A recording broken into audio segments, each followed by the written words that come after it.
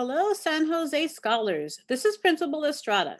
And in honor of Black History Month, I wanted to share with you a story about Mary Jackson, human computer. We're going to learn what it was like for Mary Jackson to overcome challenges and become the first African American woman to work at NASA.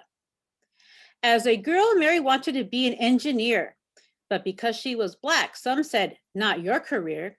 Segregation took away her path of choice until she fought back and raised her voice, demanding to be let into the classes she needed.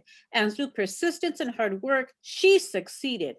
She became NASA's first Black female engineer. Then she made sure the path for others was clear. Even as a young girl, Mary Jackson loved math and science.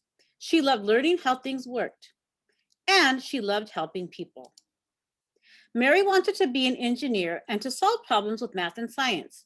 But Mary grew up in a time when Black people and white people were kept apart by something called segregation. Black children weren't always taught the same subjects as white children. There were very few Black engineers and even fewer female engineers. Mary still loved learning math and science. She wanted to know how everything worked. Mary beat the odds and went to college. She became a math teacher and shared her love of numbers with her Black students. Mary shared her learning with other little girls too. She was a Girl Scout leader. She loved to build wind tunnels and test model airplanes with her scouts. A few years later, after Mary had a baby, she went to work as a clerk. She answered the phone and wrote messages. She was good at her job, but she missed learning how different things worked.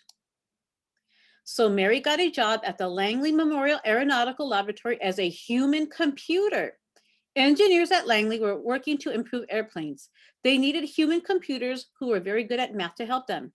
Mary was happy to work with numbers again. Mary loved her job, but there was a big problem. Langley was segregated. Mary grew more and more angry. She was tired of being treated differently. There were many people who thought segregation was wrong. An engineer named Kazimierz Zarnicki asked Mary to come work with him. Kaz thought everyone should all work together, and Mary agreed. She went to work as a computer for engineers who were studying things that traveled at supersonic speed, or faster than the speed of sound. Mary wanted to be an engineer for more than ever. All she needed to do was take classes at a local school, but there was one problem. The school was segregated. Black people weren't allowed to go to school there.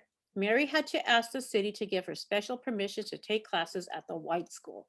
Finally, the city said yes. Mary studied hard and became NASA's first African-American female engineer. Mary worked as an engineer for many years. She helped design the spacecraft that first carried men to the moon.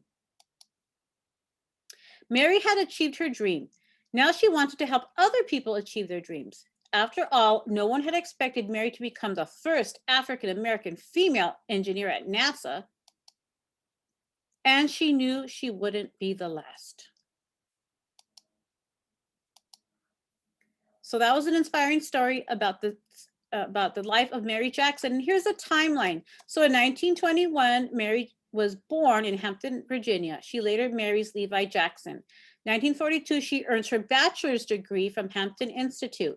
1952, she goes to work at the National Advisory Committee for Aeronautics. 1953, Mary takes a job working for engineer.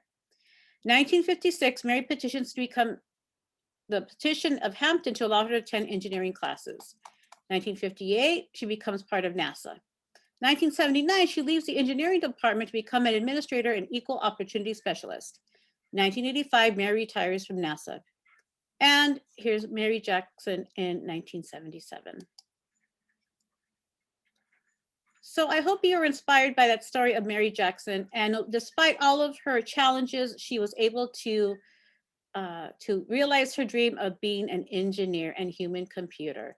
Thank you, boys and girls, and continue to learn about African-American and Black historical figures, not just during the month of February, but throughout the school year.